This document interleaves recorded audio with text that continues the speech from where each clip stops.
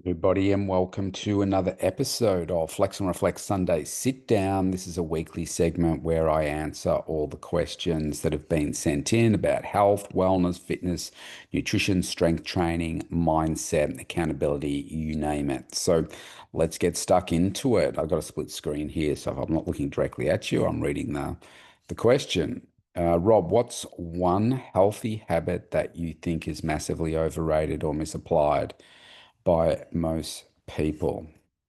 Um, Healthy habit, massively overrated. Well, I think probably, it's an interesting question.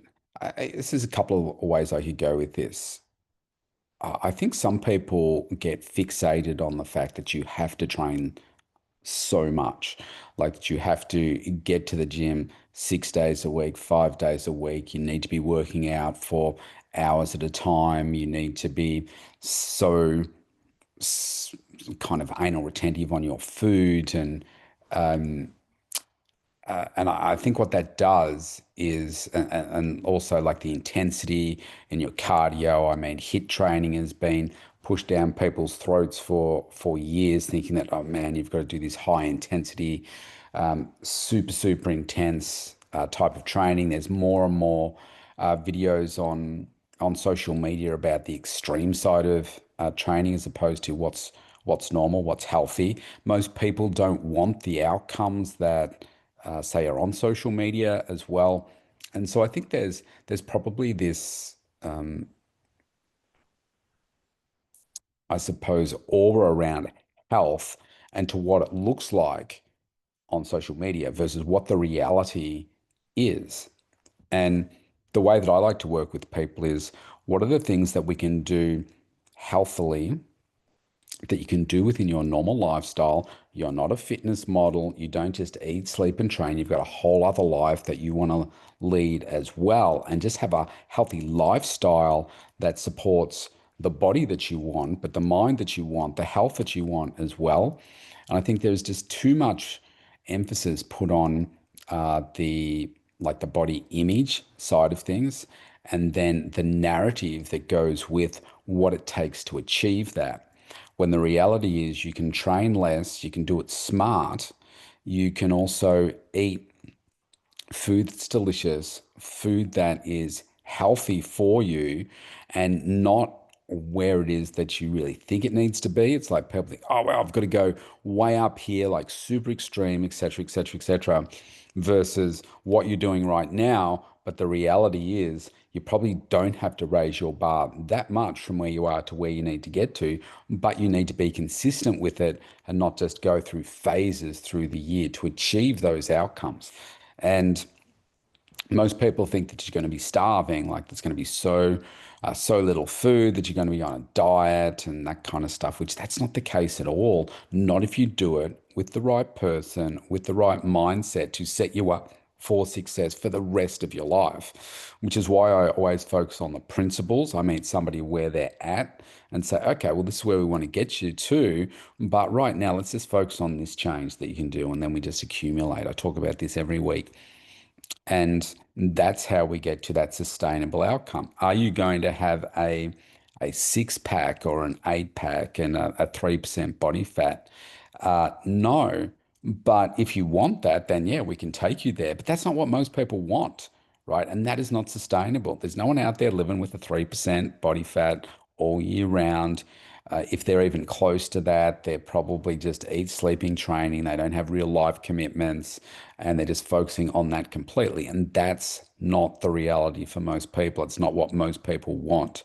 So I think the what I don't like is the narrative that is being designed around what it takes to take people there. We know that the health of the globe is becoming worse and worse. More and more people are becoming overweight and obese every single day.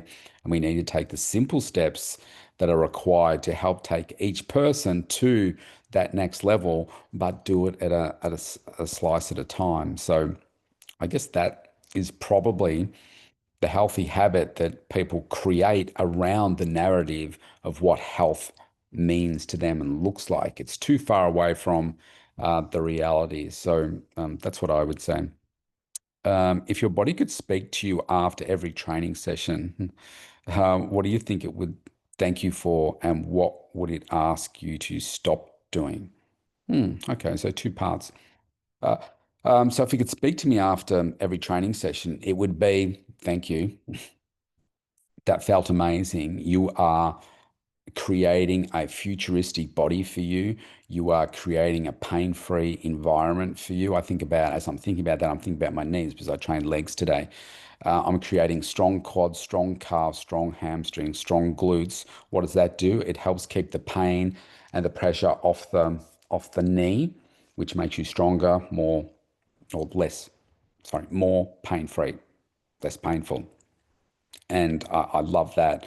It would also thank me for the fact that, or my body would also say, for my mindset side of things, it gives you so much of like an adrenaline release, an endorphin release, dopamine hit, and so forth for what it is that you've just done. You're supporting your body, a better version of you, and that is super, super powerful.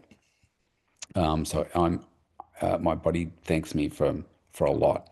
What would it ask you to stop doing? Um,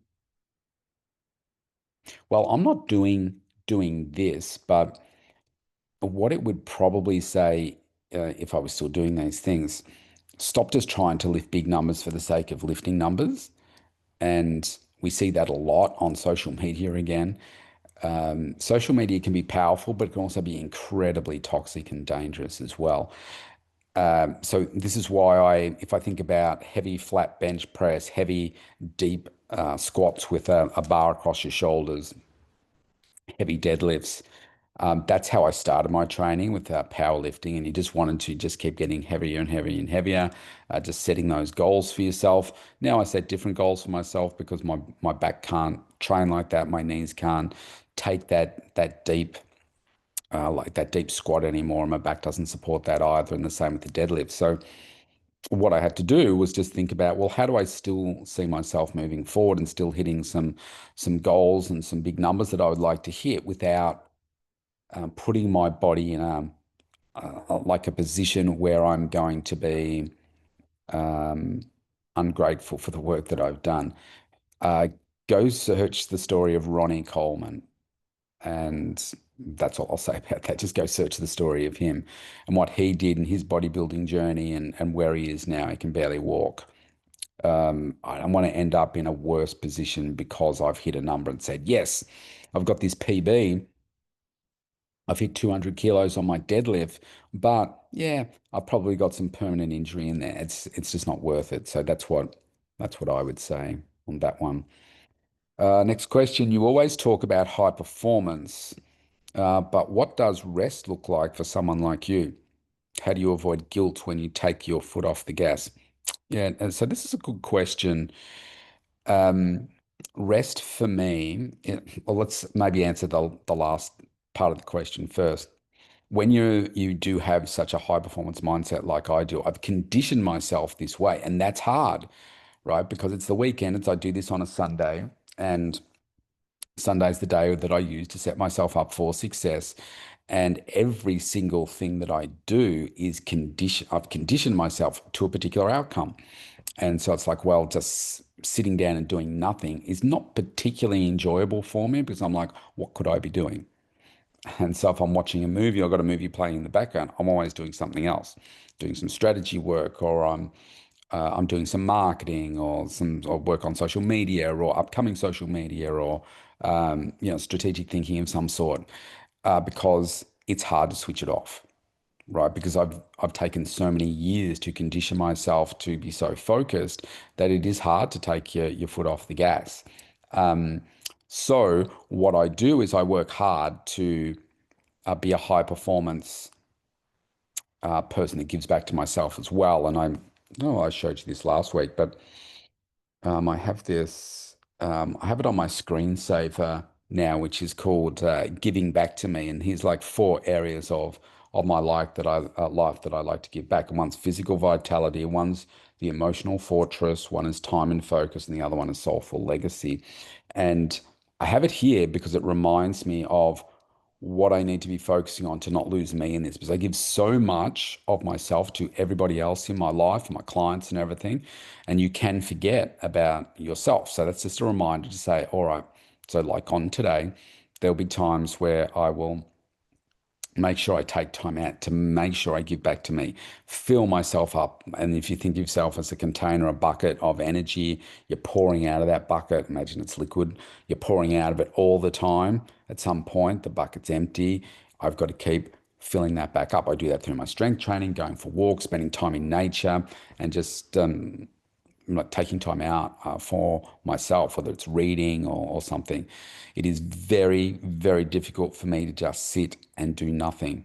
It's different if I'm, say, connecting with my daughter and her boyfriend and stuff, or if I'm connecting with like a really great friend of mine or something like that, where I can just sit, no devices or anything, and we just connect because I enjoy those deep connections as well and just deep conversation. So I can do that easily. If it's just me, it's like, man, I should be doing something. So that is difficult, but I make sure that I get some active recovery in and purposefully take some time out where it's just me stuff, just working on me. It's a good question. All right. Yeah, two questions left. If you could only keep three physical movements in your training for the next decade, nothing else, what would they be and why? I've had a question like this before. Excuse me. Just have a drink of water. And I get why somebody, well, why somebody might ask a question like that, but really, why you're not going to get to a place where you're just doing three physical movements. But let me give you my answer to it, and because you've asked. If I could only do three things, I would focus on functional, right? So, like a deadlift, for instance, I would focus on that. A deadlift, you squat down, you grab a bar, you stand up with it. I tend to do that with a hex bar now. When I first started training, a hex bar didn't even exist. So, it was a straight bar. Hex bar is a bit more functional because we carry things with our hands like shopping bags at our sides, not in front like a traditional deadlift bar is. So I would focus on that because you're pretty much using every muscle in your body. I wouldn't go as heavy as I used to, like up around my personal best is like 187.25 kilo, 187.5 kilos is my best lift on that. So about three times my body weight.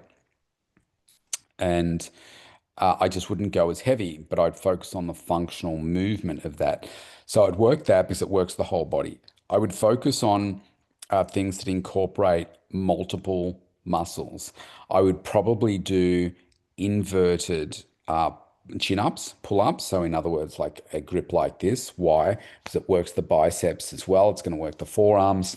And obviously, it's going to work my back, rhomboids as well. That would be the second one. And then I would do something that involved chest. So if you're going to pick one exercise, maybe to keep it simple, I would use push-ups, but I would do different angles of push-ups, whether they be with flat on the ground, whether they be feet up, whether they be on an angle, inverted, etc. Pardon me. Just so that I could hit different parts of the chest. Or I would do bench press, and I would, for me personally, because of my shoulders and everything, 15-degree angle is the one that I could do. That would be the one that I would work because that would work the chest. It would work my triceps as well. So they would be the ones that I would do. I would focus on functionality. I would focus on incorporating as many muscles in there as possible. Now, if I was more able with my back, I would do bench press, squats, and deadlifts. They would be the ones that I would do. That's how powerlifting is built. And I would go as heavy as you possibly can, safely, without risking injury, with excellent, excellent form, perfect form. That's what I would do. All right, last one. What's one invisible mindset shift that most people never realize is blocking their physical transformation? Um, for that, thinking a couple of different things.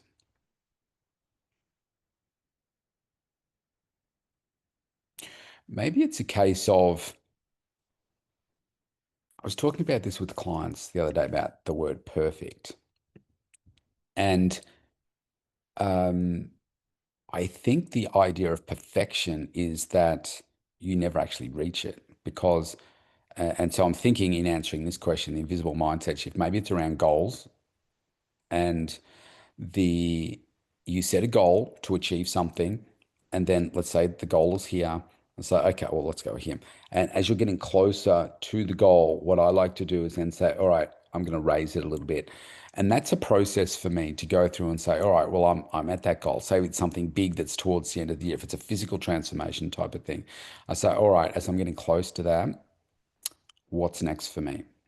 Because imagine winning the Olympic gold medal. What do you do from that? You're now a world champion, say you've won an Olympic gold medal, which is the pinnacle for most people in their sport. What now? You're going to do another 4 years and do it again? Is that going to drive you? Is that going to excite you? Or are you run one and done? So I think the challenge is how do you keep moving yourself forward? The invisible part is only you can like see it in your mind's eye, and only you can determine what is that next thing that you are going to aim for. And I think people don't generally set challenging goals for themselves.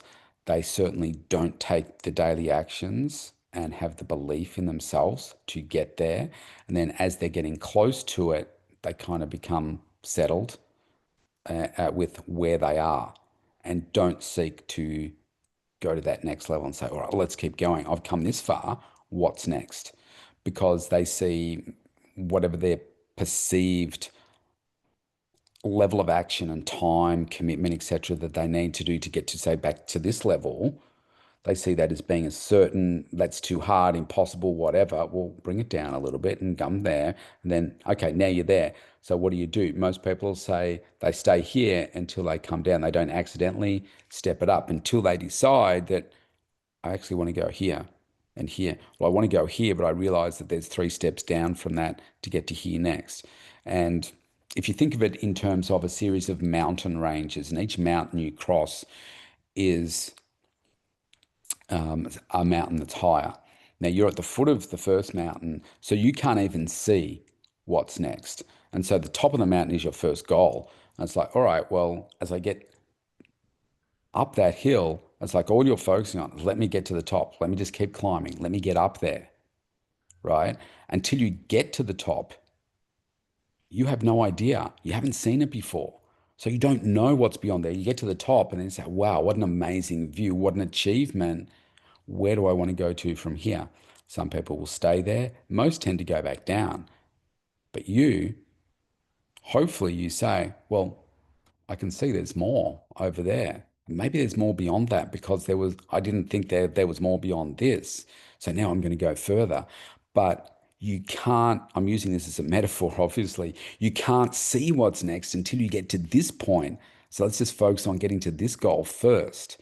And I think this is invisible and you can't see what it's going to look like to be there. You only imagine it. And most people don't then put in the work to get to even here, never know what is going to go beyond that. And all I can do is talk from experience and say, I used to be a broken person when I was a young adult, not thinking that I'd ever achieve too much, but having a deep belief that I knew there was something more for me. And I knew I needed to find my own pathway to get there. And I found that my pathway was a lot of hard work and never really knowing where I was going to get to, but always being hungry for what's next, what's next, what's next. And where I am sitting here today, I'm doing things, achieving things that I never even dreamt about, never even thought about. This is like getting to that mountain because I hadn't gotten to the plateau to even look around and say what's next because I'm still at the foot or climbing my way up and slipping down every now and then and saying, I don't know whether I can do this. And then just realizing that, you know what, I'm not going to give up on this because I don't know what's at the top there, but I'm going to get there and have a look around and see what's there, from there. And just found that with focus and belief and the work ethic and building myself from the inside out, I was able to do those things. But a lot of these things are invisible until they're not to you. Other people won't see them.